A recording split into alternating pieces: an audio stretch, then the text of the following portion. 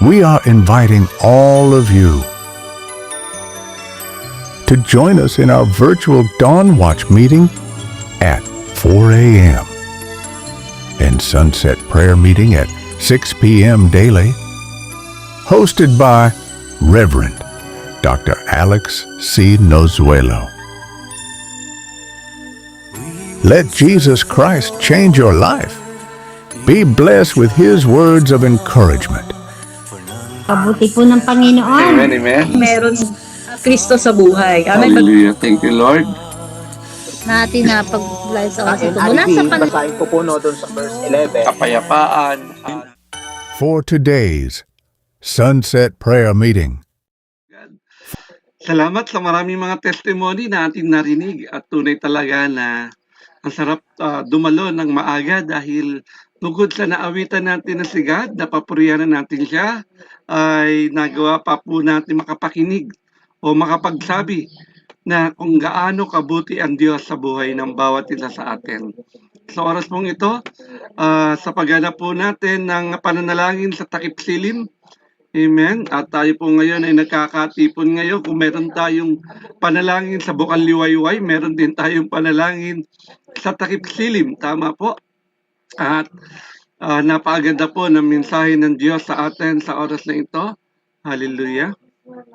Nahanap ko yun, nakita ko yung picture natin. Okay.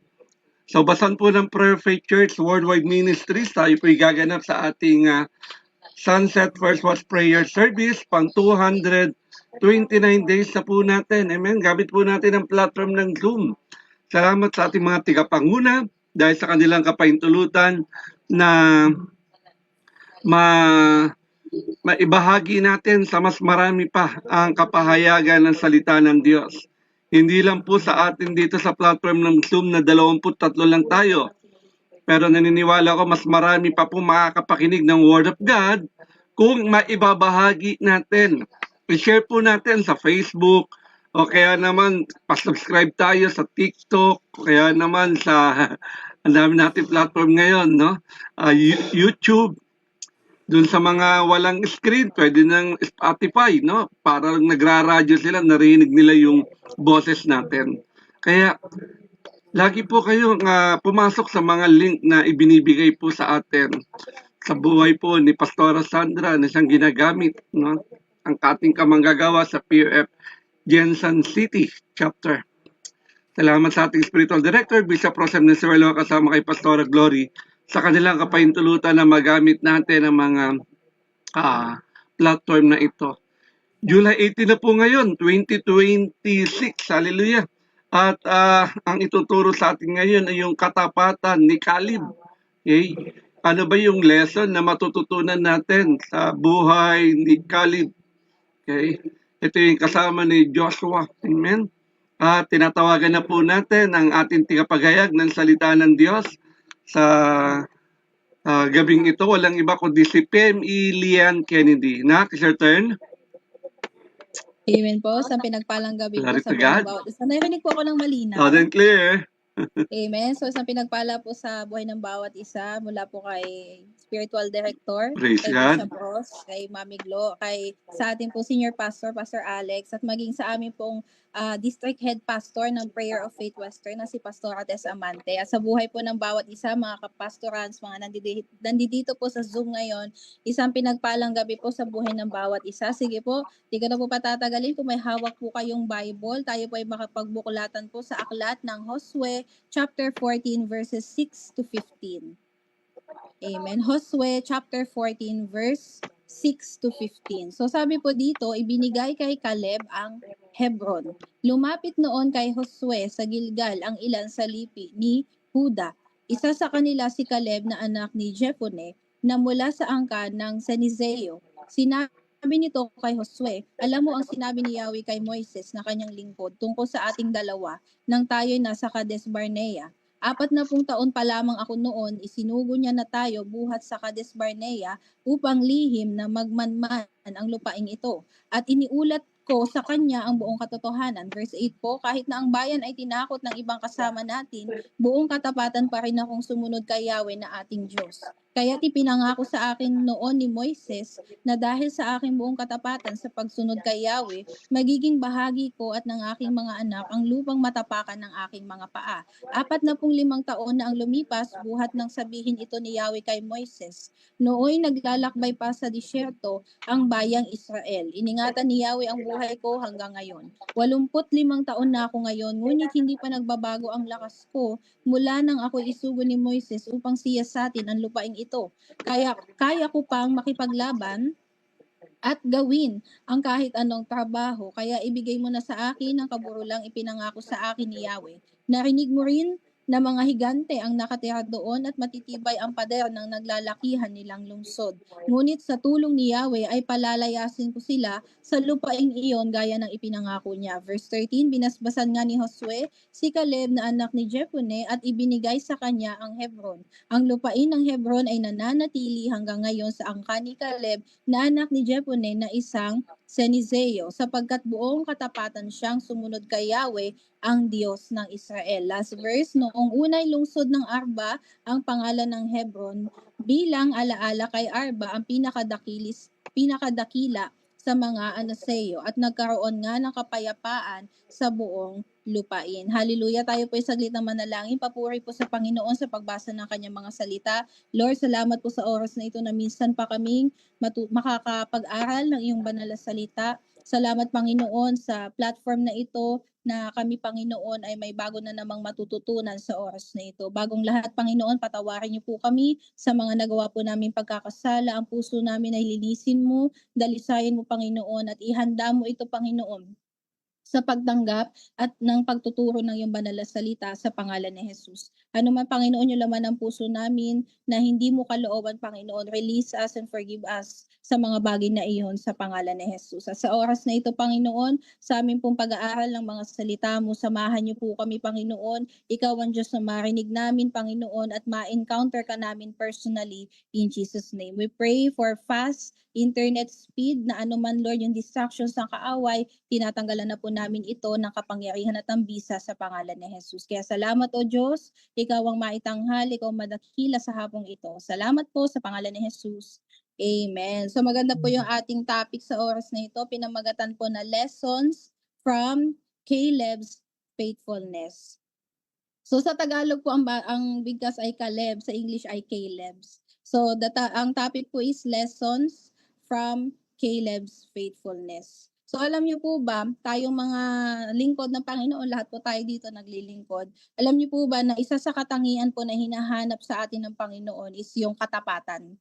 Amen. So tayo po mga Kristiyano dito, dapat tayo ay nakikitaan ng faithfulness sa ating Panginoon. So kapag sinabi nating faithfulness, hindi ka lang faithful kapag may pagpapala ka, hindi ka lang faithful kapag sinusubok ka, kundi ano man po yung pinagdaraanan mo, ano man yung situation, circumstances mo, ay dapat nananatili ka pong tapat sa ating Panginoon. Na kahit nagbabago po yung tao sa ating paligid, still mananatili po tayong faithful sa ating Lord. At sa teksto po na ating binasa, ipinakita po dito yung kahangahangang katapatan ni Caleb sa ating Panginoon. And just a brief background po sa mga bago po dito, si Caleb, siya po ay kasama doon sa 12 espiya na pinadala po ni Moises para po magmanman doon sa promised land, doon sa kanilang sasakupin na lupain. So kasama pala siya doon sa 12 espiya. At nakita po natin doon sa binasa natin na si Caleb po ay nanatili siya sa Lord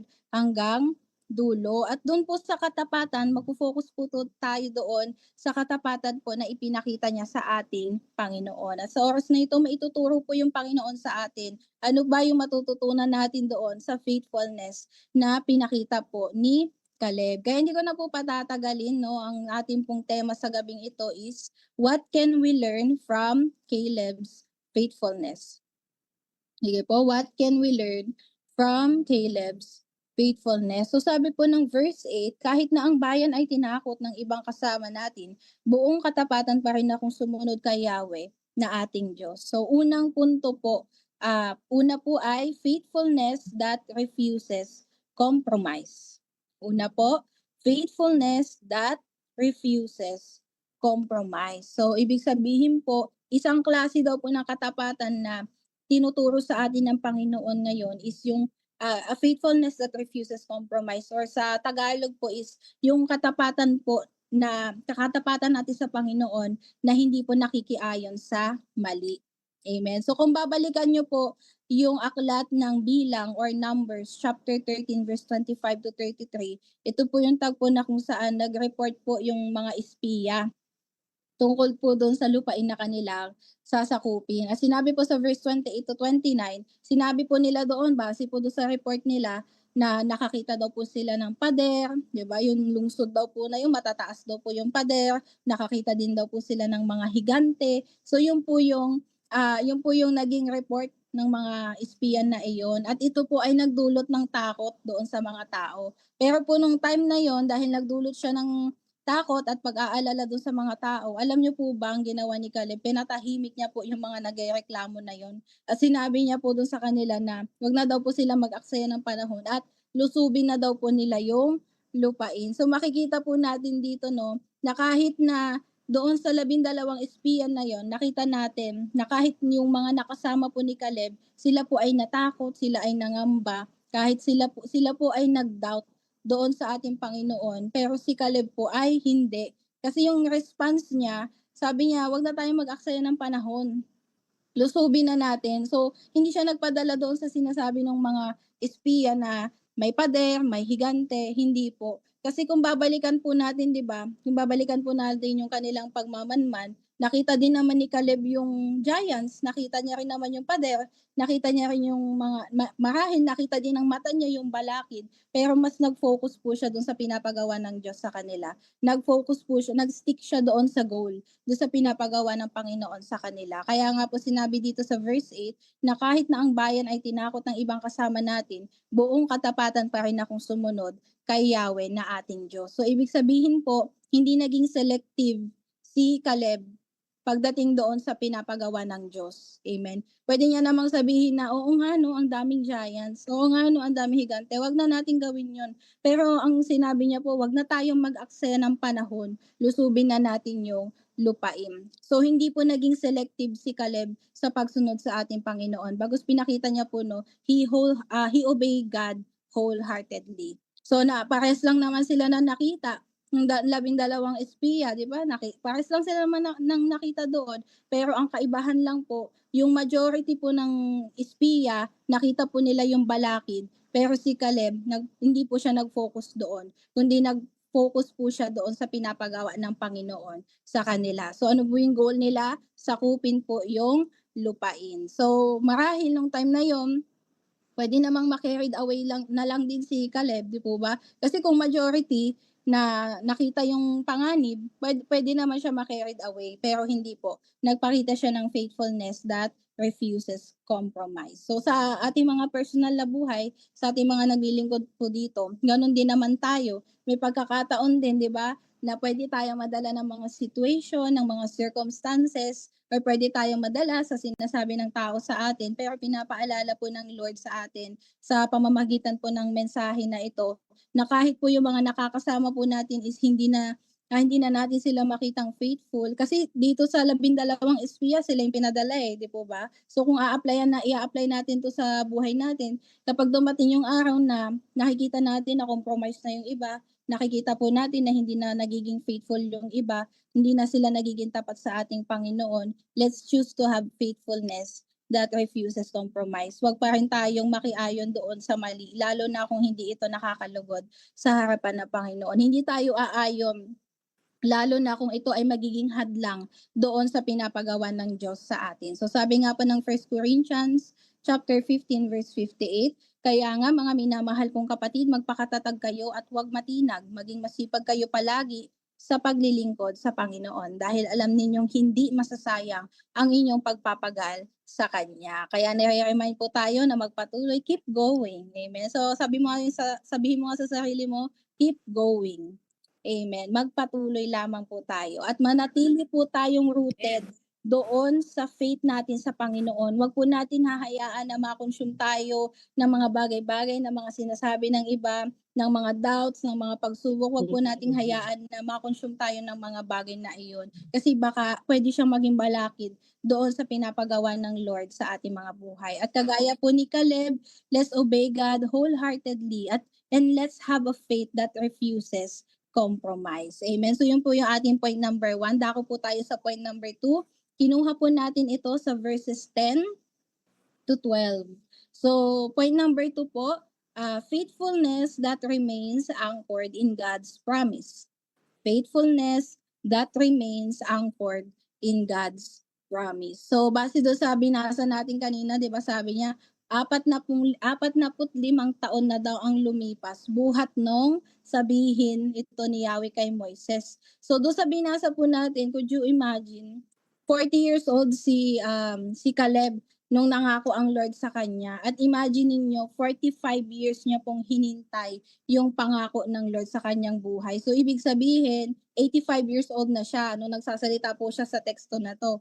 85 years old na siya. So ibig sabihin, 45 years niyang hinintay yung pangako ng Lord sa kanya. And alam niyo po ba, kahit 85 years old na siya, hindi niya sinabing mahina siya. Sinabi niya pa doon na kahit may katandaan na po siya nung time na yan, sinabi niya po hindi pa nagbabago yung kanyang lakas. Kaya niya pa daw pong makipaglaban. So, ibig sabihin, kaya niya pa makipagdigmaan and kaya niya pa daw gawin kahit anong trabaho. Amen. So, sa buhay pa ng bawat isa, marahil po ay medyo mas bata-bata pa tayo kay Caleb. Amen po ba? So, dapat tayo ay malakas din. So, tanungin natin yung ating sarili, malakas pa ba ako? Amen. Malakas tayo hindi dahil sa ating sariling lakas, kundi pinapalakas po tayo ng ating Panginoon. At sa buhay po ng bawat isa dito, alam niyo po ba, nire-remind tayo ng Panginoon na malakas pa rin tayo hanggang ngayon kasi baka may promise pa po si Lord sa buhay natin na tutuparin niya. Amen. Kaya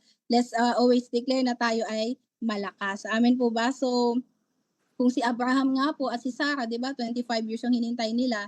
Pero itong si Caleb, 45 years siya naghintay doon sa fulfillment ng promise ni Lord sa kanyang buhay. At makikita natin, kung nabasa natin yung, kung nagbabasa po tayo ng Old Testament, dumaan po siya sa delay, sa wilderness, dumaan siya sa paghihintay. Imagine, 45 years, siyempre naghintay po siya, tama po ba? Pero ito po yung maganda, kahit marami siyang pinagdaanan, hindi po siya bumitaw doon sa pangako ng Lord sa kanyang buhay. At dito po natin nakita yung faithfulness ni Caleb ay hindi po naka-anchor doon sa delay, hindi siya naka-anchor sa wilderness, kundi naka-anchor po siya doon sa pangako ng Panginoon. So hindi siya nakabase sa feelings or sa situations niya. So sabi nga po ng Hebrews chapter 10 verse 23, magpakatatag tayo sa ating pag-asa at huwag nagmag-alinlangan pa sapagkat tapat ang nangako sa atin. So, sino po ditong may hinihintay pang pangako ng Diyos? Amen. Lahat po tayo may hinihintay pang pangako ng Lord. Amen po ba? At marahil ang iba dito ay matagal nang naghihintay para po doon sa fulfillment ng pangako ng Lord. Pero pinapaalala po sa atin today na wag daw po tayo mapagod maghintay. Kasi yung kung mag-aanlinlangan po tayo, di po ba nagda-doubt ka na kapag ganon? Amen. So wag daw po tayo mapagod maghintay kasi yung nangako sa atin ay tapat. Amen. At nakikita natin yan, hindi lang sa mga personal na buhay natin, nakita natin yan noong June 21, kung paano po nagtapat yung Panginoon sa ubasang prayer of faith. Could you imagine 25 years? 25 years, nag-celebrate po tayo ng 25 years. At nakita ko po yan bilang katuparan po ng pangako ng Diyos sa ubasang prayer of faith. Kaya sa personal na buhay naman po natin, tinuturo po sa atin ng Panginoon na hintayin lamang po natin ano man yung mga pangako niya sa ating buhay. Kasi dadating po yan in His time. So wag po tayo magmadali. Amen. Kasi pwede pong paghintayin tayo ng Panginoon. It may take some time, pero sabi nga kanina, tapat yung nangako sa ating buhay. Amen. At minsan, akala po natin, kahit kapag matagal na, feeling natin hindi na ibibigay ng Panginoon. Pero di ba lagi natin naririnig that delay does not mean denial. Marahil inihahanda ng Panginoon yung ating puso para po sa kanyang mga pangako. Kaya tayo po ay manatiling nakaangkla, stay anchored in God's promises at hindi po sa mga circumstances. So sige po, dako po tayo sa ating last point. Sa ating point number 3, kinuha po natin from verses 13 to 15. And for our last point, nakalagay po dito, faithfulness that receives lasting inheritance from God. Amen. Faithfulness that receives lasting inheritance from God. So nakita natin dito, natanggap niya yung pangako ng ating Panginoon. At nakita din po natin dito kung paano in-honor or in-acknowledge ng Lord yung katapatan ni Caleb sa kanya. So habang ang iba, 'di ba, kung babalikan natin yung majority nung 12 espiya, habang ang iba'y tumalikod na, nanakot pa yung iba, habang ang iba'y nagduda na, amen, si Caleb, hindi po ba nanatili pa rin siyang tapat. Kaya pinapaalalahanan po tayo na dapat yung katapatan natin ay hindi naka-anchored doon sa mga nakakasama natin, kundi doon sa pangako ng ating Panginoon. At nakita po lahat ng Panginoon yung katapatan na ipinakita po ni Caleb sa kanya. At kung mapapansin niyo po, no, kung gaano kaseryoso ang Panginoon sa mga taong nananatiling tapat po sa kanya. God knows kung sino yung mga faithful na naglilingkod sa kanya. At hindi po nilimot ng Lord yung katapatan na ipinakita po ni Caleb sa kanya. Kaya sa bandang huli, after 45 years, natanggap niya po yung pangako ng Diyos. Sabi nga dito sa verse 13, ibinigay sa kanya ang Hebron. Amen. So praise God po, no. At sabi nga po sa Colossus chapter 3 verse 24, sapagkat si Kristo ang Panginoon pinaglilingkuran ninyo at alalahanin ninyong pagkakalooban kayo ng Panginoon ng gantimpalang inilaan niya para sa inyo. Ang tunay na reward ng pagiging faithfulness, tunay nga po, ay nanggagaling sa Panginoon. So, hindi po nanggagaling sa tao, kundi sa Lord. Amen. At tatandaan po natin na hindi po porket hindi pa pinapaganap ng Lord yung mga pangako niya, it does not mean na hindi niya na po yung tutuparin. Amen. Baka inihahanda niya po yung puso natin. Amen po ba? So, meron na po ba dito naghihintay ng 45 years sa pangako ng Panginoon? Amen. And truly po, sa oras na ito, tatandaan po natin na huwag po nating iisipin na nakalimutan na ng Lord yung mga pangako niya sa ating mga buhay. Ang totoo po niyan is God is preparing lasting inheritance. He is preparing our lasting rewards for those who fully obey and wholeheartedly follow Him. Ganyan po yung pinakita ni Caleb dito sa teksto na ito. So wag po natin ipagpapalit yung temporary compromise doon sa lasting inheritance. Amen. Kaya nga po kanina, sa point number 1 pa lang, dapat yung faithfulness natin, nire-refuse natin na makompromiso tayo. Tama po ba? Dapat isa sa karakter natin mga Kristiyano ay dapat hindi po tayo kompromiso. Amen? At alam niyo po ba, habang ina-highlight ko po itong preaching na ito, nakita ko po yung inheritance. Marahil yung iba, nakikita nila yung inheritance, kasi inheritance parang mana, tama po ba? Pwedeng nakikita nila ito bilang mga inheritance as a form of lupain, as a form of pera. Pero alam niyo po ba, nakita ko po yung lasting inheritance sa ating ubasang prayer of faith. So paano po yun? Nakita ko po yung lasting inheritance na ang buhay ng bawat isa ay naglilingkod po kasama ng kanilang sambahayan. And I think that's a lasting inheritance. Amen. Kasi ang bawat isa po dito ay, di ba, hindi ka naman, nung una, mag-isa mo lang naglilingkod, pero nung pangalawa, dahil dinideclare mo, promise kasi yun yung as for me and my household, we will serve the Lord. Amen. Promise pa rin yun ng ating Panginoon. Is tunay nga, napapaganap ng Lord yun sa ating mga buhay. And paano ko siya nakita as lasting inheritance sa aking personal na buhay? Kasi, alam niyo po ba, share ko lang po sa inyo, no? Kasi naalala ko po na nag-i-start yung prayer of faith, naalala ko po yung lola ko, yung kapatid po ni Pastora Tess. Naalala ko po ay kumilala din po siya sa ating Panginoon. And I remember nung bata po ako is, alam ko po natatandaan ko talaga, nagpunta na sa bahay namin ng si Pastor Alex. Amen. At saka si Pastor Jay.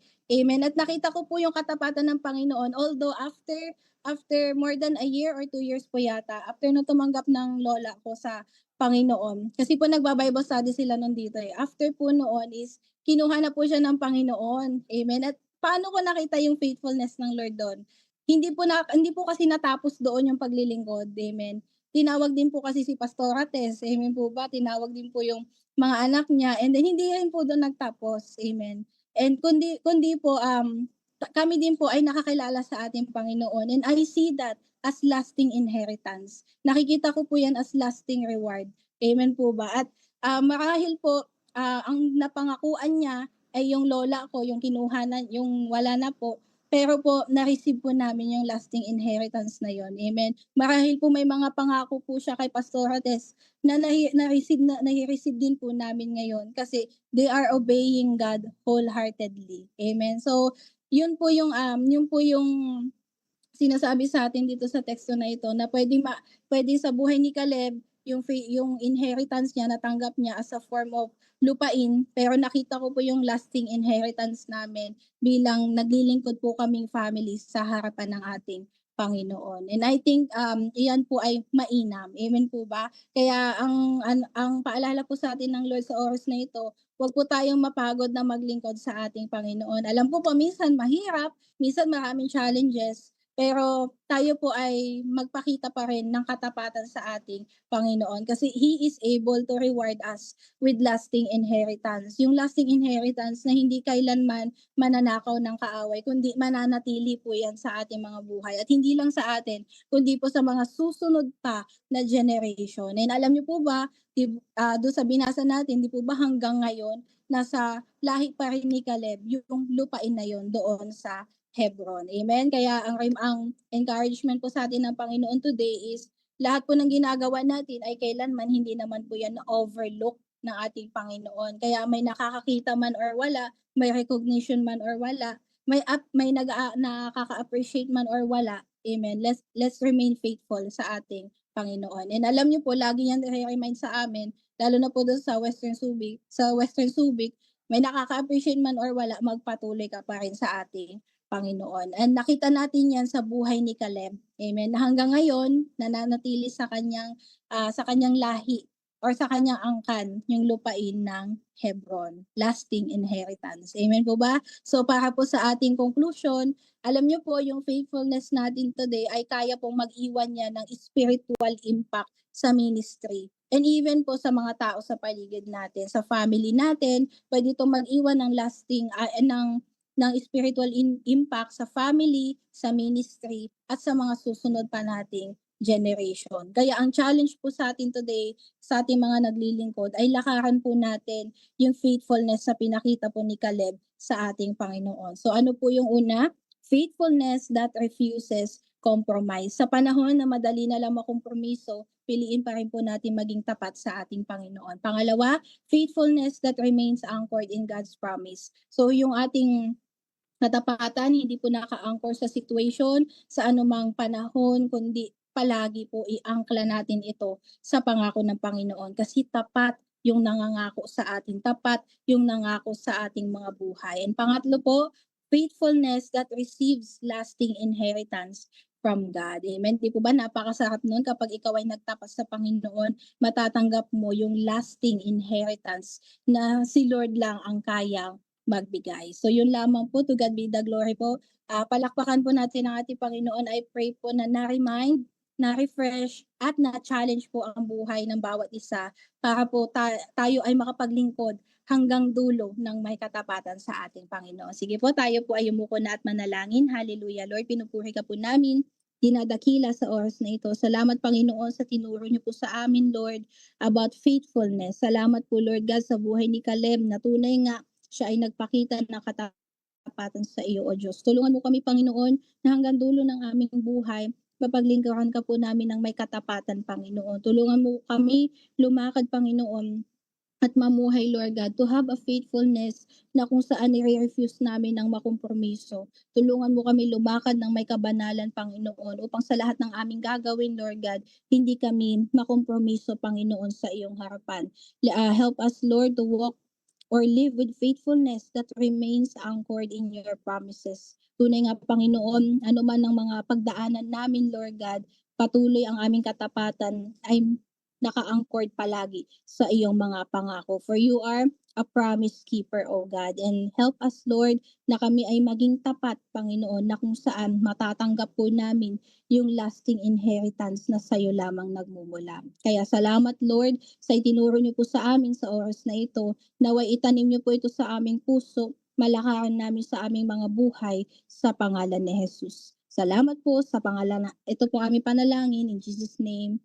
Amen. Glory to God po.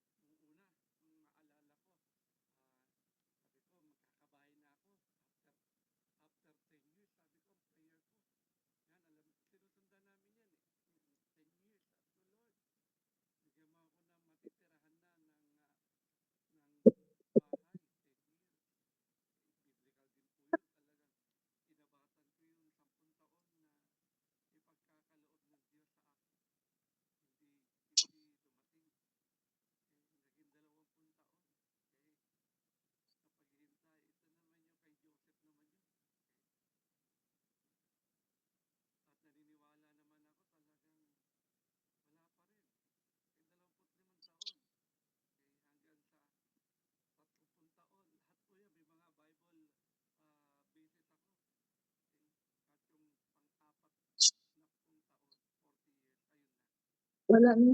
Ubus na.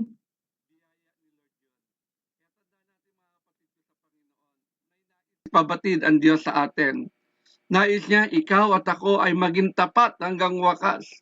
Kasi requirement Tama po ba? Maging tapat tayo hanggang wakas. No turning back. Huwag ka nang tatalikod pa. Okay? Marami nagsimula na huminto na. Pero kung makikita po natin yung itinuro sa atin ng ating tigapagayag ng salita ng Diyos, talagang meron talaga tayong maasahan kung sa harapan ng Diyos kung mananatili tayong tapat sa Kanya. Okay? Ayaw niya ng kalahating puso sa paglilingkod. Gusto niya wholehearted tayo. Gusto niya talaga makita niya sa atin na up to our last breath, naglilingkod tayo sa Kanya. Okay? Hindi katulad nitong 10 niyang kasama na natakot sa higante. Amen? Pero hindi yan ang tinignan ni Caleb. Ang tinignan niya yung kadakilaan ng ating Diyos. Yung mga kapatid ko sa Panginoon, sa oras na ito, pinapaalala sa atin sa buhay ni Caleb, yung kanyang katapatan, matutunan natin ito. Okay? Magiging tapat ka na rin lang, lubos-lubosin mo na. Huwag ka nang magreklamo. Huwag mo nang tanungin kung bakit nasa ubasan kang prayer of faith. Salamat, no? Talaga naalala pa ni Family Ann yung first encounter namin sa kanyang pamilya. Mga kapatid ko sa Panginoon, naniniwala tayo. Okay? Na kung sa unang punta natin ay hindi tayo ang ginamit ni Lord, may gagamitin si Lord. Okay? May gagamitin talaga siya. Okay? Nais ipabatid ng Diyos sa atin na talagang hindi sayang yung bagay na ginagawa. In due season talaga, we will reap what we sow. Kaya alam niyo po ba, ang Diyos talaga ay talagang naghahanap lagi siya ng taong buong pusong susunod sa Kanya. Okay? Kahit ano mangyari. Tandaan natin ito mga kapatid ko sa Panginoon. Kailangan may pinangahawakan tayong pangako. Yung promise. Kasi may inip ka, maghintay kapatid. Marami nang nainip. Hindi ko na sila kasama ngayon.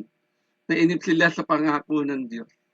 Kaya sabi nga ng ating preacher, panghawakan natin. May pinangako pala si God. Bakit ayaw mong i-anchor doon ang iyong faith, ang iyong katapatan sa pangako ng Diyos? Mahirap ba? Sabi nga ni Pastora Joanna, kapag wala tayong angkla, anurin tayo kung saan-saan kung tayo yung bangka. Tama po ba?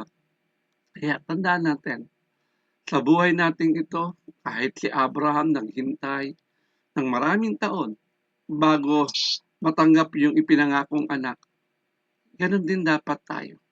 Huwag tayong sumuko. Hindi tayo dapat nawalan ng pananampalataya. Hindi dapat tayo mapuno ng reklamo. Bakit siya answered prayer na, ako hindi pa? Naalala ko minsan, sabi ni Pastora Joanna, kaya ako ayaw kong tumingin sa Facebook. Naalala ko yung binabagit ni Pastora Joanna. Talaga malalagyan ka lang. Yung mga pinopost nila, na mga kabatchmate mo, na pag around the world na, tapos ikaw dito lang sa Pilipinas, sila ang sasarap ng pagkain na pinopost nila, nakakain sila sa ano yan, eat all you can, halagang 4,000 sa lugar ng, saan ba yun? Sa Manila Hotel ba yun? Oo. Napuntahan lang namin ni Bishop yun noon, nung di pa kami mananampalataya, nag-stop over kasi doon yung, may lahar noon Nagkape lang kami doon, 100 na yung kape Amerikano, isang tasang maliit Mahigit 100 na yata yung binayad namin nung pa yun nung nag-aaral pa ako ng masteral. Okay? Kasi sumakay kami ng Super Ferry at napadaan kami doon. Okay? Ngayon, papakita, puro sa sarap, pinopost pa nila. Kaya sabi ni Pastora Joanna, ayaw ko nang tumingin sa Facebook, may nilalagyan ka ng kaaway ng inggit. Amen. Pero salamat mga kapatid ko sa Panginoon. Ako, nung nakita ko yon, hinahanap ko rin yung mga kabasmate ko, tinignan ko. Pero hindi ako natapos doon sa maganda nilang posting na nakapag-around the world sila, na nakakabili sila ng ganito, malaking bahay. Tinignan ko pati buhay nila. Sabi ko, wala pala akong dapat kaingitan sa kanila. Bakit? Ang ganda nga na dami nilang napupuntahan. Hiwalay naman sila sa asawa. Ano ikakaingit mo doon? Okay, ang dami. Ang sasarap nga ng mga pinopost nilang pagkain, pero sila lang mag-isa kumakain. Naintindihan niyo ba ibig kong sabihin? Hindi mo ipagpapalit kung ano yung meron tayo doon sa meron sila. Alam niyo bakit? Meron tayong Jesucristo. Amen? may Diyos tayong pinaglilingkuran. Huwag natin siyang ipagpalit. Ayun, palapakan natin si Lord. Hallelujah. Talagang tunay na nakaka-inspired na may mga lingkod na nauna sa atin katulad ni Caleb na talagang pinapakita niya sa atin na don't give up. Tuloy mo lang. Dahil at the end of the story, may gantimpala ka. Hallelujah. May reward ka. Tatanggapin mo yan. Para sa iyo yan. Amen. Kaya yung talagang makita ni Lord, yung faithfulness natin, talaga, yung lasting inheritance. Hindi lang pagpapala sa lupa, mararanasan mo. Hindi, yung mamanahin natin, hindi lang panlupa, panlangit tayo. Amen? Kaya mananatili pa rin ba tayong tapat? Ay, yun ang requirement ng ating Panginoong Hesus. Ang magiging tapat hanggang wakas, ang siyang maliligtas. Marcos 13:13. Madalas niyo na rin po narinig sa akin yan. Kaya mga kapatid ko sa Panginoon, mapangahawakan ba natin ng buhay natin ito? Lagi naka-anchor tayo sa pangako ng Diyos. Kung hindi, matitinag faith mo. Amen. Sabi, pagod na ako. Tingin ka lang sa dulo. Look unto Jesus, the author and finisher of our faith. Huwag ka nang lumingon sa kaliwa, sa kanan, diretso ka lang. Amen. Kasi kapag kung saan ka tumitingin, amen, baka masabi mo yung sinabi ni Pastora Kay. Ano yung sabi ni Pastora Kay? Yung mga nagsasabi, sana all. Inggit na yun. Sino rito mahilig magsabi ng sana all? Naku, delikado ka kapatid. Pagbalik kami preaching ni Pastora Kay, Sandra Kay, yung mga tao nagsasabi ng sana all, naiinggit daw yun. Gesture pala, tandaan na sana all. Yung sana all. Sila dapat magsabi nun sa atin. Hindi dapat tayo ang mainggit sa kanila. Dapat sila ang mainggit sa atin. Amen. Ang sarap kaya ng buhay pananampalataya. Nakakain naman tayo ng 3 beses ang araw. Hindi naman lagi masarap. Pero nakakain din tayo ng masarap. Tama po ba? Okay. Hindi nga lang araw-araw. Nakakapunta naman tayo sa ibang lugar. Okay. Hindi nga lang abroad. Dito sa Pilipinas. Tama po ba? Nakakapunta tayo sa mga lugar na gusto rin natin puntahan. Okay. Hindi nga international. Local. Pero kasama naman natin ang ating pamilya sa pamamasyal. Sila.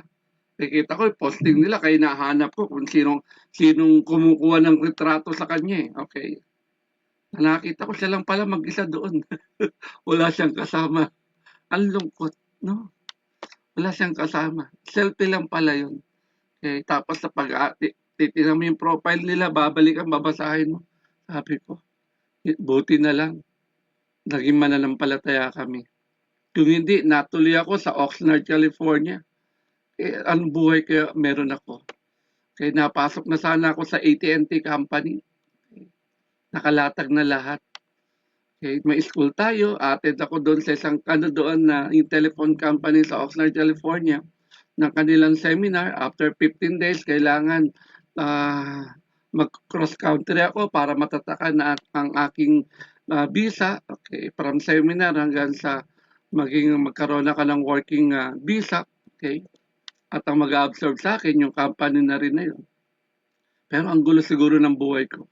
Kasi at that time, hindi ako naniniwala sa kasal eh. Ang kasal sa akin, kapirasong papel na magtatali sa iyo sa isang babaeng nakilala mo lang, kailan lang. Pero ang kasal pala, nung tayo naging mananampalataya ay napakahalaga. Dahil ang Diyos ang nag-o-ordain ng pag-aasawa. Tama po ba? God-ordained marriage. Kaya talagang biblical. Kaya huwag natin hangarin yung nilalakaran ng mga tao sa sanlibutan ito. Huwag natin sabihin sana all. Sila dapat ang magsabi nun sa atin. Amen? Hindi naman tayo mukhang kawawa eh. Tama po ba? Okay?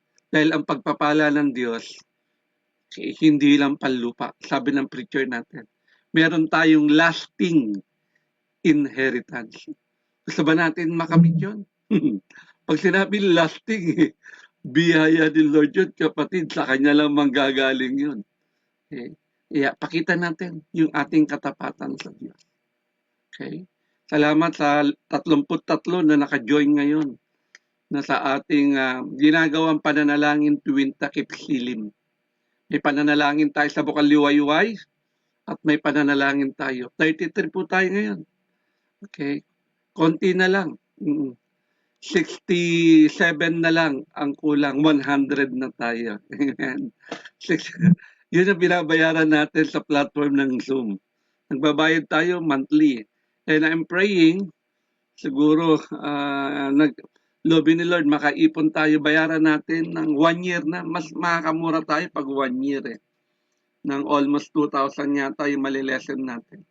Kaysa sa monthly tayo nagbabayad sa Zoom na 700 plus a month. Eh kung magbabayad tayo ng 1 year, nasa 5,000, nasa $100 mahigit lang. No? Okay.